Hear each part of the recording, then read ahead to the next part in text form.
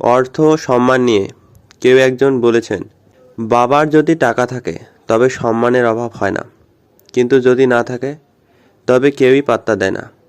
বাস্তবতার বহিঃপ্রকাশ বটে।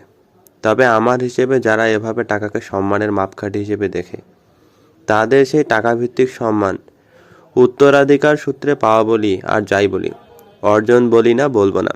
প্রকৃত সম্মান কি টাকা দিয়ে বিচার হয়? যারা বিচার করে তাদের নীতি নৈতিকতা ও মূল্যবোধের শিক্ষায় সংশোধন হওয়া প্রয়োজন। তা না হলে প্রকৃত সম্মান মনে করে এই ধরনের ভঙ্গুর সম্মানে আসক্ত হলে দীর্ঘমেয়াদে ক্ষতি ছাড়া উপকার নেই। বাবা মা ও পরিবারের কারণে সম্মান পেলে ভালো লাগে ঠিকই, কিন্তু নিজের কথা ও কাজের জন্য বাবা মা পরিবারের সম্মান বাড়লে বাবা মা পরিবার কতটা সুখী হবেন ও হন দেখেছেন?